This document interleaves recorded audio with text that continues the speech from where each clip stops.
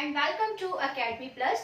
बच्चों, आज हम अपने chapter the fundamental unit of life को कंटिन्यू करेंगे और आज जो हम टॉपिक पढ़ेंगे वो है structural organisation of a cell. मतलब इसमें हम पढ़ेंगे सेल के स्ट्रक्चर के बारे में कि एक सेल के अंदर क्या क्या कंपोनेंट्स होते हैं, सेल किस किस चीज से बनी होती है। ओके, तो मीन्स इसको हम ऐसे भी लिख सकते हैं, what is a cell made of. Means वो क्या क्या कंपोनेंट्स हैं जो सेल को बनाते हैं या जिनसे सेल बनी होती है। तो structural organisation of a cell. तो देखो, एक बायो की ब्रांच है, बायोलॉजी की एक ब्रांच है जो डील करती है with the study of cell structure. Means cell के स्ट्रक्चर के बारे में स्टडी करना। ये जिस ब्रांच के अंडर हम करते हैं, बायो की जो ब्रांच इस काम के लिए डील करती है उसको हम साइटोलॉजी कहते हैं। यहाँ पे साइटोलॉजी वर्ड को अगर हम स्प्लिट करें तो ये दो वर्ड से मिलके बना है। ग्रीक में देखो, जैसे साइटो वर्ड है और एक वर्ड है लोगोस। और यहाँ पे देखें तो साइटो वर्ड का मतलब है सेल और लोगोस का मतलब होता है स्टडी। मीन्स जिस भी वर्ड के पीछे आपको ये लॉजी वर्ड लगा मिले, लोगोस से निकला है ये वर्ड, तो इसका मतलब है हम स्टडी से रिलेटेड बात कर रहे हैं। तो यहाँ पे हम किसकी स्टडी की बात कर रहे हैं? सेल के स्ट्रक्चर की स्टडी के बारे में। तो study of cell structure is called cytology. Cell के स्ट्रक्चर के बारे में स्टडी करना, बायो की branch which deals with the study of cell structure is called cytology. Okay, अब देखिए स्ट्रक्चर के बारे में अगर हम बात करें तो सेल, एक टिपिकल सेल किस किस चीज से बनी होती है। एक टिपिकल सेल में जनरली आपको तीन कंपोनेंट्स मिलेंगे। A typical cell has 3 components. Means आप किसी प्लांट सेल की बात कर लीजिए, आप चाहे किसी एनिमल सेल की बात कर लीजिए, किसी फंगल सेल की बात कर लीजिए या किसी प्रोटिस्ट की सेल की बात कर लीजिए, तो इन सभी की सेल में कुछ चीजें आपको कॉमन मिलेंगी। वो 3 कंपोनेंट्स क्या क्या हैं जो सेल को बनाते हैं? ये 3 स्ट्रक्चर्स हैं। पहला है सेल मेम्ब्रेन, दूसरा जो स्ट्रक्चर है वो है न्यूक्लियस, और तीसरा जो स्ट्रक्चर है वो है साइटोप्लाज्म। ओके, ये 3 कंपोनेंट्स हैं जिनके बारे में हम आज जनरल डिस्कशन करेंगे कि सेल मेम्ब्रेन क्या होती है, इसका फंक्शन क्या है, न्यूक्लियस का क्या काम है, कैसा होता है, साइटोप्लाज्म क्या होता है। तो a typical cell has 3 components. ये 3 कंपोनेंट्स हैं cell membrane, nucleus and cytoplasm. Okay, अब हम इनको एक डायग्राम के थ्रू समझते हैं। तो अगर हम एक डायग्राम बनाएं,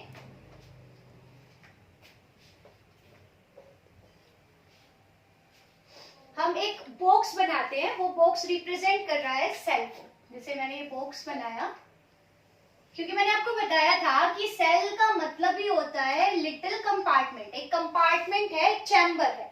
अब ये चैम्बर एनक्लोज्ड है, मींस ये हर साइड से कवर्ड है। तो ये जो कवर्ड चैम्बर है, इसकी जो बाउंड्री है, फॉर एग्जाम्पल आप, जैसे मैंने बताया था कि cell means a little room और अ लिटिल चैम्बर और अ लिटिल कंपार्टमेंट।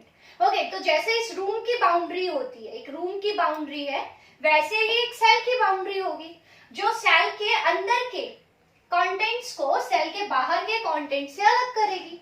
तो ये जो बाउंड्री है जो सेल के इंटीरियर को सेल के एक्सटीरियर से सेपरेट करती है, ये बाउंड्री को हम कहते हैं प्लाज्मा मेम्ब्रेन।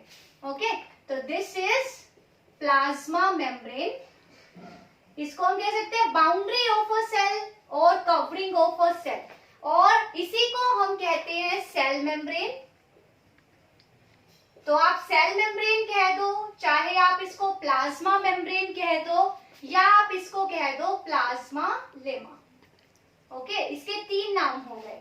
जो सेल की बाउंड्री है, जो सेल के इंटीरियर को सेल के एक्सटीरियर से सेपरेट कर रही है, this boundary has 3 names. Cell membrane भी कह सकते हैं हम इसको, हम इसे प्लाज्मा मेम्ब्रेन या फिर इसको प्लाज्मा लेमा भी बोल सकते हैं। ओके, अब this boundary is very thin, ये बहुत ही थिन होती है। जैसे एक बुक का पेज है, उस बुक के पेज में ऐसी थाउजेंड्स ऑफ बाउंड्री बन जाए। एक पेज की जो थिकनेस है, मीन्स एक पेज है, for example this is a book and इसका जो एक पेज है आप देख रहे हैं कितना थिन है, तो इस पेज में भी ऐसी थाउजेंड्स ऑफ मेम्ब्रेन बन जाएंगी। तो ऐसी जो ये मेम्ब्रेन है ये बहुत ही थिन है, बहुत ही नाजुक है, सॉफ्ट है, मीन्स बहुत ही डेलिकेट है, and this is flexible in nature, means इसको हम स्ट्रेच कर सकते हैं, इट कैन बी स्ट्रेच्ड। जैसे सेल ग्रो करती है वैसे इस मेम्ब्रेन भी स्ट्रेच हो जाती है, ग्रो करती है। तो this is very thin, delicate and flexible membrane, okay, it can be stretched, okay. So the covering of a cell is called cell membrane or plasma membrane or plasmalemma. This membrane is very thin, delicate and flexible in nature. और देखिए हर चीज chemical से बनी है अपनी body में, तो it means ये जो कवरिंग है ये भी केमिकल से बनी होगी। तो ये केमिकल्स जिनसे प्लाज्मा मेम्ब्रेन बनी होती है वो कौन कौन से हैं? जो मेजर कंपोनेंट्स हैं वो है phospholipids and proteins, phospholipids and proteins, और साथ ही साथ एक जो तीसरा कंपोनेंट है जो थोड़ी क्वांटिटी में होता है वो है कार्बोहाइड्रेट, सम कार्बोहाइड्रेट्स, ओके। तो यहाँ हम क्या पढ़ रहे हैं कि the covering of a cell is called plasma membrane और सेल मेम्ब्रेन और plasmalemma. This is a very thin covering and it is very delicate and flexible and this is made of phospholipids, proteins along with some carbohydrates, okay। अब इसके functions की अगर हम बात कर ले तो क्या क्या फंक्शंस ये कर रही है, देखिए इसके फंक्शंस क्या हो जाएंगे। एक तो शेप प्रोवाइड कर रही है सेल को, मींस जो सेल की शेप है उसको मेंटेन कर रही है। दूसरा ये एक मैकेनिकल बैरियर की तरह से काम कर रही है, मीन्स अगर ये ना होती तो सेल का इंटीरियर एक्सटीरियर मिक्स हो जाते। तो ये सेल को एक तो शेप दे रही है प्रॉपर और एक बैरियर की तरह से काम कर रही है। It means it separates the content of cell interior from its exterior, okay. तो ये एक बैरियर है, एक बाउंड्री है, और बाउंड्री का काम ही क्या है? एक बैरिकेड की तरह एक्ट करना। सो मैकेनिकल बैरियर है, it separates interior of the cell from its exterior environment।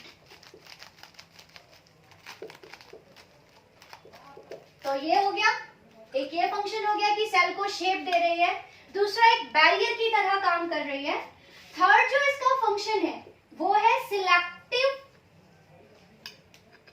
Permeability. यहाँ पे ये वर्ड बहुत ही ज्यादा इंपॉर्टेंट है। यहाँ पे क्या मतलब है इसका, ये आप देखिए, it is very important. Selective permeable, इस बात का क्या मतलब होता है? परमिएबल जो वर्ड है इट मींस परमिट करना, ओके। क्योंकि जो ये मेम्ब्रेन है ये सेल के अंदर से मटेरियल्स को बाहर जाने देती है, अलाउ करती है उनको, और सेल के एक्सटीरियर से मटेरियल्स को सेल के अंदर भी आने देती है, बट सभी को नहीं। ये सिर्फ ये जो मेम्ब्रेन है it allows some materials to enter और exit the cell, okay, but restrict the entry of others. Means ये मेम्ब्रेन कुछ चीजों को तो सेल के अंदर और बाहर जाने के लिए अलाउ करती है, परमिशन देती है, बट कुछ मटेरियल्स ऐसे हैं जिनको ये अलाउ नहीं करती। तो ये मेम्ब्रेन डिसाइड करती है कि कौन सा मटेरियल कितने कंसंट्रेशन में सेल के अंदर और बाहर मूव कर सकता है, और किन मटेरियल्स को ये बाहर आने नहीं देना है, जाने नहीं देना है, उस चीज का डिसीजन भी हमारी प्लाज्मा मेम्ब्रेन करती है। तो प्लाज्मा मेम्ब्रेन को हमने सिलेक्टिवली परमिएबल मेम्ब्रेन क्यों कहा? क्योंकि इट अलाउज और it permits the entry and exit of selected materials across it, okay। selected materials की entry and exit को allow करती है अपने आर पार। तो परमिएबल तो ये इसलिए हो गई क्योंकि ये परमिट कर रही है, और सिर्फ सिलेक्टेड चीजों की एंट्री और एग्जिट को परमिट कर रही है। जैसे ये सेल के अंदर गैसेस को, फॉर एग्जांपल ऑक्सीजन सेल के अंदर आ सकती है बाहर से, जो फूड है डाइजेस्टेड फूड वो सेल के अंदर एंटर कर सकता है, वेस्ट प्रोडक्ट जो सेल में बना वो सेल से बाहर जा सकता है। तो हम कह रहे हैं कि मटेरियल सेल के अंदर भी आ रहा है, इसी तरह से CO2 है वो सेल के बाहर चली जाएगी। तो कुछ चीजें सेल के अंदर आ रही है, कुछ चीजें सेल के बाहर जा रही है, तो ये चीजों की एंट्री को अलाउ कर रही है, बट ओनली सिलेक्टेड चीजों की एंट्री और एग्जिट को। सो इस तरह की जो मेम्ब्रेन है जो सिलेक्टेड चीजों को ही एंट्री और एग्जिट करने देती है, ऐसी मेम्ब्रेन कहलाती है सिलेक्टिवली परमिएबल। तो सिलेक्टेड चीजों को आने जाने देने से ये सेल की प्रोटेक्शन भी कर रही है, ओके, ये हार्मफुल चीजों को सेल के अंदर आने से भी रोक रही है। So this is the permeable, selectively permeable nature of the membrane, okay. इसके अलावा मेम्ब्रेन का और क्या फंक्शन होगा, देखो ऑस्मोसिस, इसके बारे में आप इस फिनोमेनन के बारे में आगे पढ़ोगे डिटेल में। मींस ऑस्मोसिस, यहाँ पे हम सिंपल कह देते हैं कि वाटर की एंट्री, ओके। तो जो मैंने आपको बताया कि ये जो मेम्ब्रेन है ये फॉस्फोलिपिड से बनी है, और फॉस्फोलिपिड्स वाटर में सोल्यूबल नहीं होते, ओके।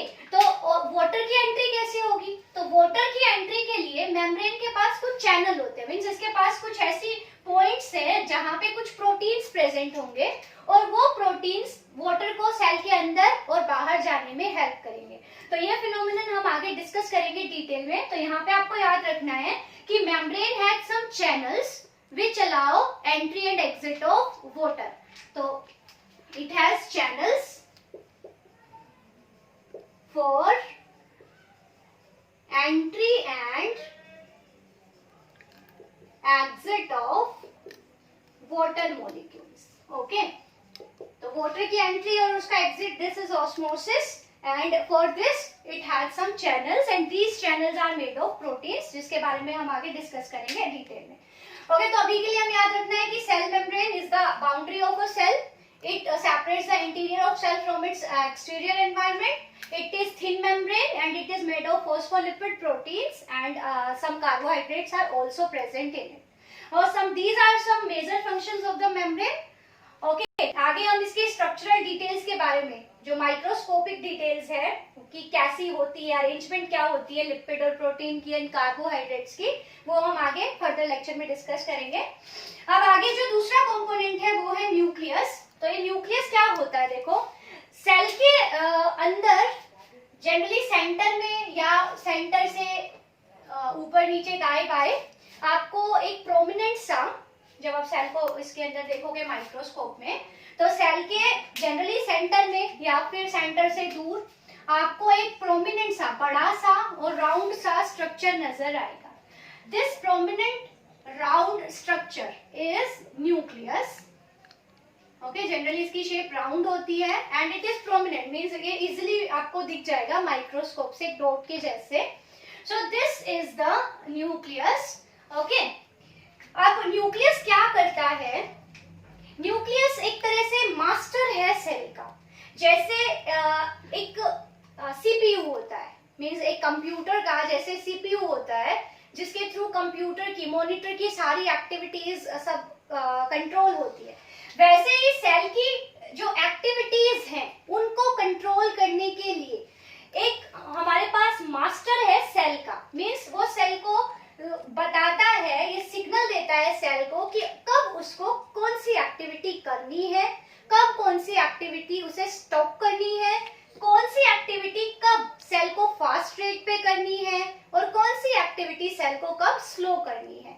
तो सेल को जो गाइडेंस है कि सेल को कब क्या करना है, वो फंक्शन न्यूक्लियस करता है। जैसे एक मास्टर पूरी क्लास को रेगुलेट करता है, वैसे ही सेल की सारी एक्टिविटीज को कंट्रोल करने का जो पूरी ड्यूटी है वो है हमारे न्यूक्लियस की। तो यहाँ पे आपको न्यूक्लियस के बारे में बस इतना पढ़ना है अभी के लिए कि nucleus is a round prominent structure, बड़ा सा स्ट्रक्चर होता है, एंड इट कंट्रोल्स और regulates all the activities of a cell.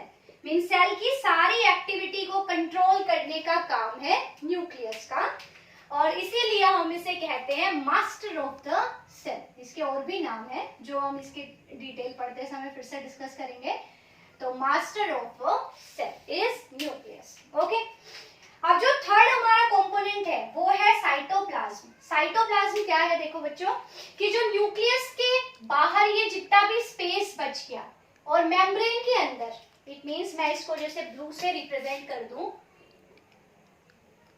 तो ये जो पूरा स्पेस बच गया न्यूक्लियस के बाहर और मेम्ब्रेन के अंदर जितना भी स्पेस बच गया, this whole space is called cytoplasm.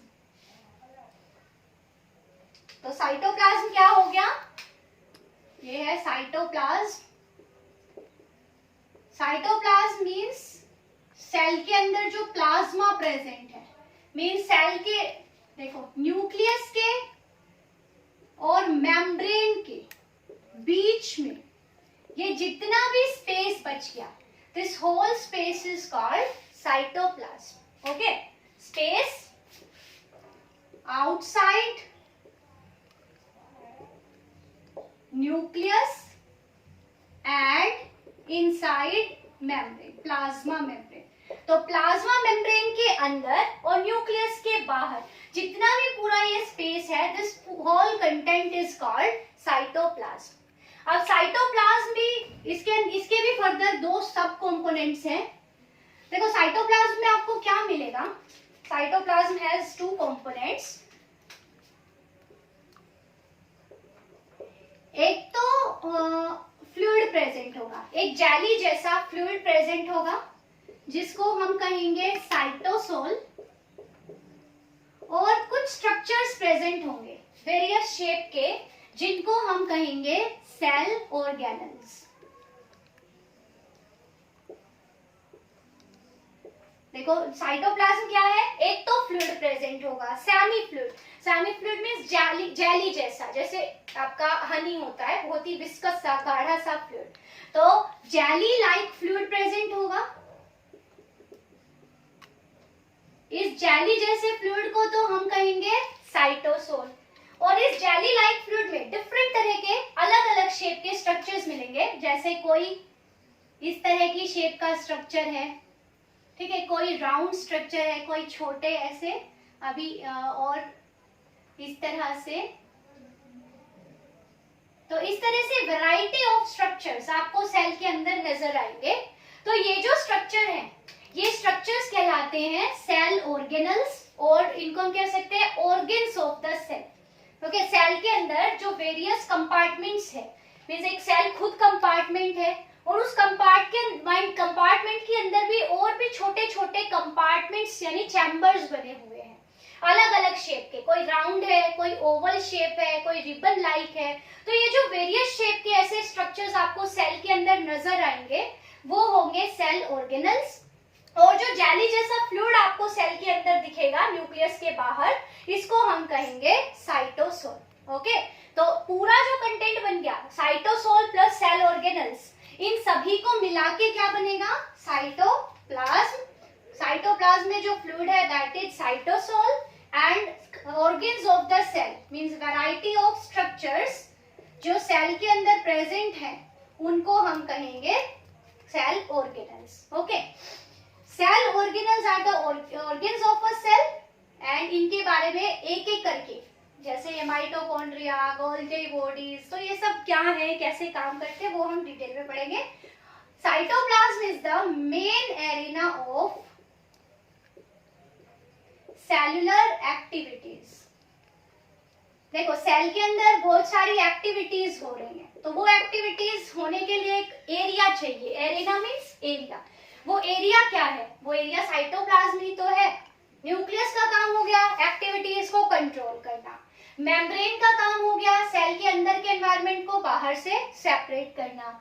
अब जो एरिया है जहां सेल की एक्टिविटीज होंगी, वो जगह क्या है, वो मेन एरिया कौन है, cytoplasm. Okay, so these are the three basic components of a cell: membrane, cell membrane, nucleus and cytoplasm। इनकी आगे डिटेल्स हम लेक्चर्स में, अपने फर्दर लेक्चर्स में पढ़ेंगे।